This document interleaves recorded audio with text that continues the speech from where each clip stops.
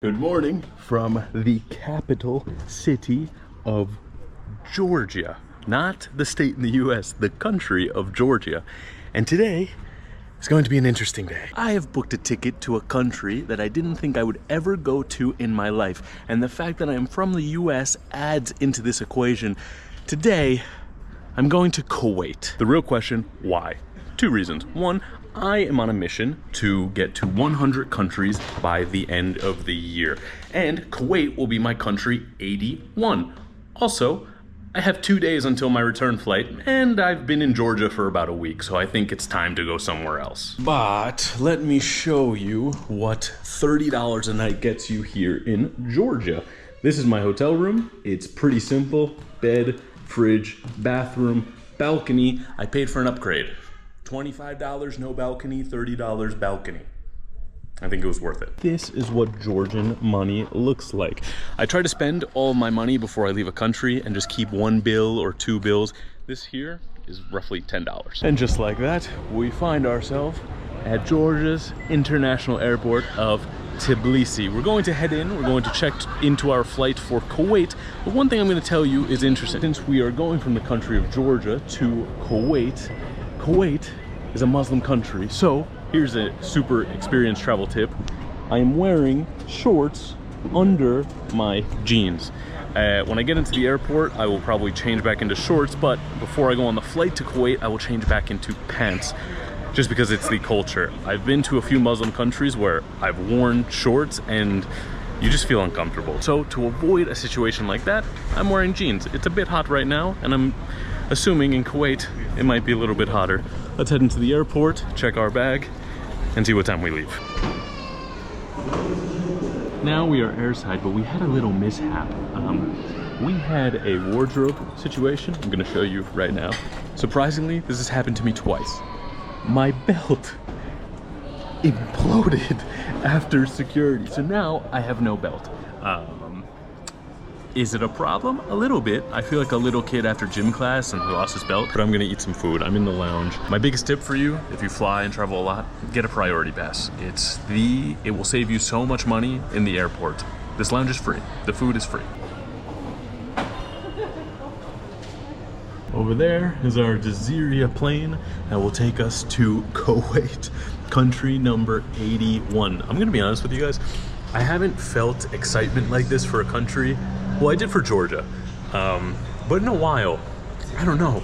Kuwait for me is like so exotic. I can't believe that I'm about to get on a plane to Kuwait. They just announced boarding. It's like 50 minutes before the flight leaves. I don't really know why I just left the lounge. Of course, the line is like a mile long. But I'm excited. I'm excited to go to Kuwait. Well, ladies and gentlemen, you can see from the smile on my face, maybe the sun burning my skin, but we have made it to the country of Kuwait, officially country number 81.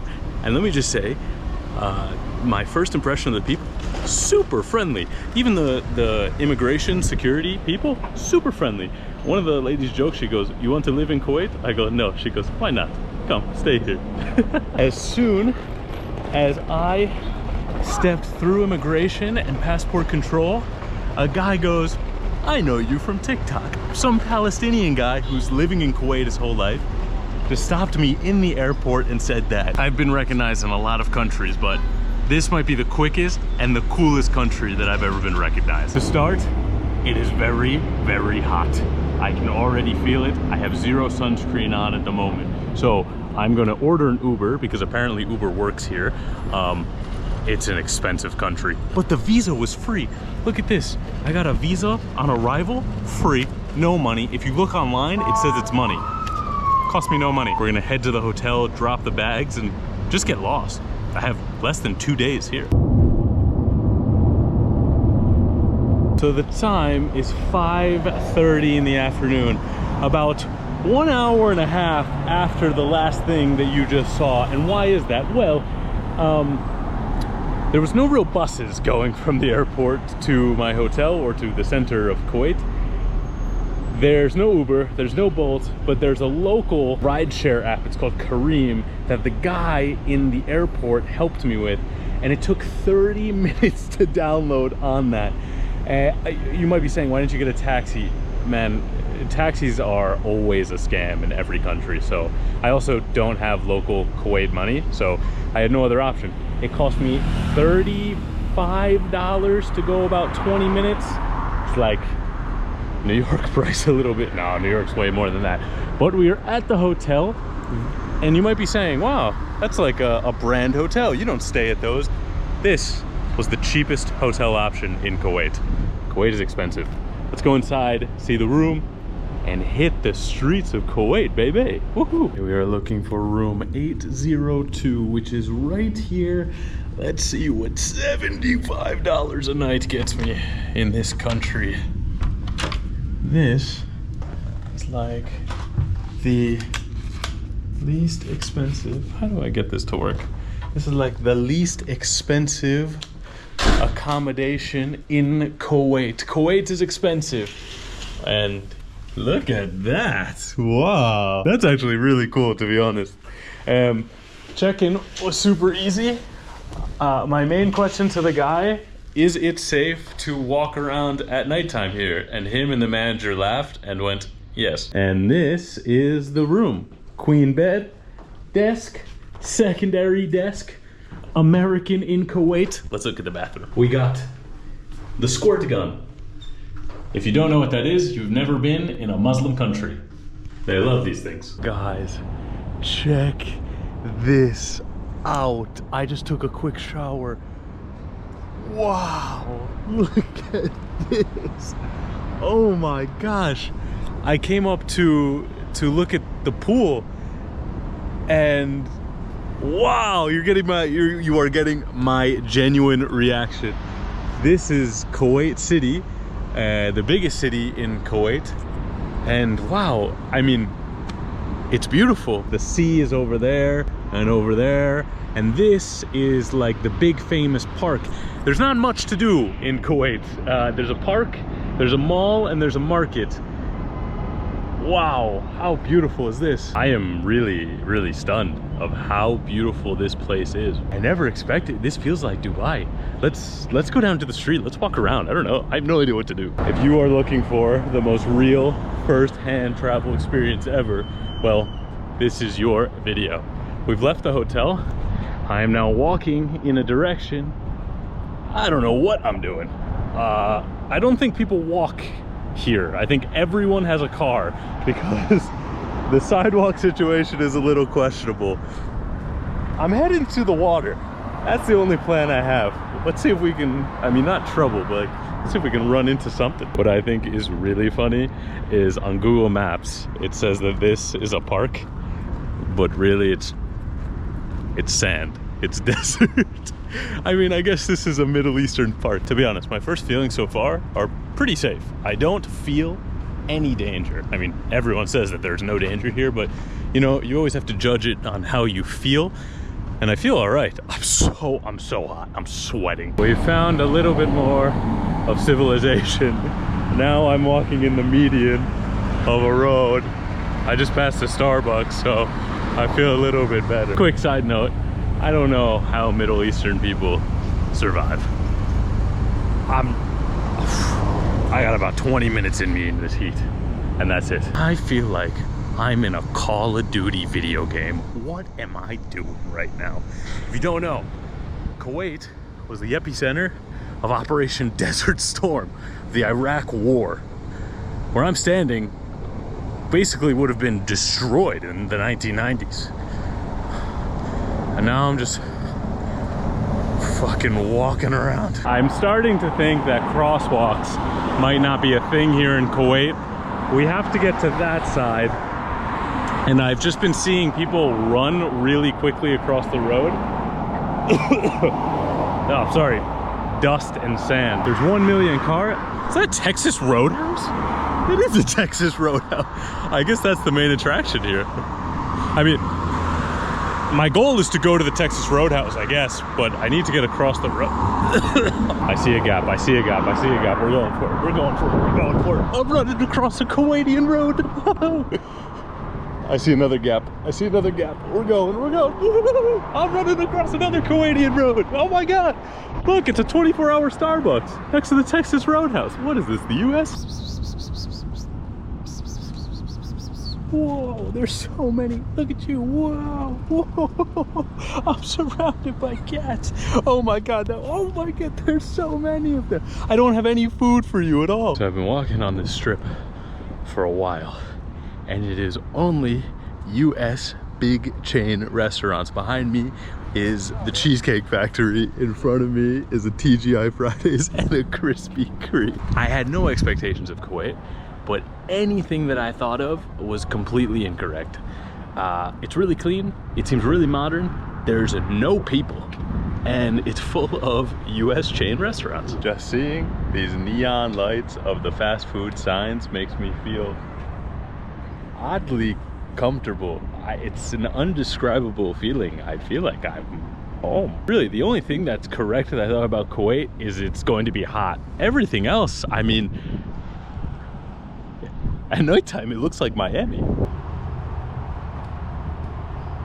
Well, this big spherical thing behind me is Kuwait Towers, which is, I guess, like the tourist attraction here in Kuwait City. Tomorrow in the morning, when there's more people, and I say the morning specifically because I don't physically think you can be out here in the afternoon. I think you just die. So, unless anything exciting happens, I'll see you guys in the morning. The time is 11:23. It is 114 degrees outside. And we're gonna head into the most touristy thing to do in the country of Kuwait. The avenues. It's a mall. Let's see what they have inside. Well, I am inside of the mall now, and I've been walking for about 10 minutes, and I haven't even made a dent. This place is massive. The Middle East loves their malls. So I'm learning why this mall is called the Avenues, and it's because it is sectioned off into different avenues, I think depending on the price. Look at how insane. This feels like a UFO. But on the right hand side, I've been passing super like luxury stores like Gucci, Louis Vuitton, Balenciaga's over there. I mean, this entire side, you can see there's way less people, way more gold. There's a freaking like golf cart limo over there. What in the world? You know, I never really feel like a tourist, but I feel like a super tourist in Kuwait. What is that? Okay, I have to mention this because I keep seeing it. The amount of Western restaurants here is really funny. You have a P.F. Chang's. That's my third P.F. Chang's that I've seen. But also, over here, and then I'll state the one that's really crazy. You have a Chipotle. There's been everything from like IHOP to a million Texas Roadhouses. But you can see over there, there's a Starbucks. I have seen 6 Starbucks in this mall. 6! I mean, granted, it's a big mall. 6 Starbuckses? So you may notice that I'm talking maybe a little bit quieter and a little closer to the camera than normal. That's because filming in this part of the world is a little interesting. I know from my previous experiences in Muslim countries, having women in the background on camera is really like against the culture. I don't know if it's against the law, but it's against the culture. So I'm being very careful with what and where I film. Now we are on basically a street. This is like another part of the, we're all in the same building. I've never went outside, but it seems like there's 3 separate avenues. There's this one, which is the street, and it seems way more chill, more calm. There's the main avenue, which is where we started, and then there was that super fancy one that I just showed you that I can't afford anything there. Well, I have left the mall. There's only so much mall that I could do. Basically, I walked around, I drank a little coffee, I had an avocado smoothie, which reminded me of being in Vietnam. And now, I think I'm gonna go into the only real cultural part of Kuwait, the market. The only issue is I have no money. I need Kuwaiti money, and it's becoming more and more difficult. I don't even know if they use cash money here. I've never seen anybody do it, but we're gonna head into the market and see something of culture in this country. So now we are in the market, and I will say every taxi, Uber that I've taken to so far has not been Kuwaiti people. This is something that you notice in basically all of the Gulf countries, is the workers, the laborers, are all from Pakistan, Bangladesh, Nepal, because it's a better life for them here. You can earn more money and stuff like this. But wow, you can see they're selling spices, nuts. The one thing you can always expect in Gulf countries is safety. We always want to think that Gulf countries are not safe, because I think it's very different than what we're used to. But you can see everyone is sitting down. No one is bothering me. Hey brother. No, I don't need. What do you have? Perfume. You say I smell bad. Alright. Well, with all of that being said, I am on the bus to the airplane to leave Kuwait. I want to leave one closing remark. In the last 24 hours, the amount of people from Kuwait that have sent me messages offering to take me around their country, to help me in any way possible, to be my tour guide, has been amazing. It's honestly more than any other country I can think of. But with that being said, this is the last moment in Kuwait, back to Istanbul, and back to Argentina to start normal life again for a little bit, until the next adventure, of course. Thank you all to the Facebook, Instagram, and Patreon subscribers for making this travel around the world possible. I will see you next time.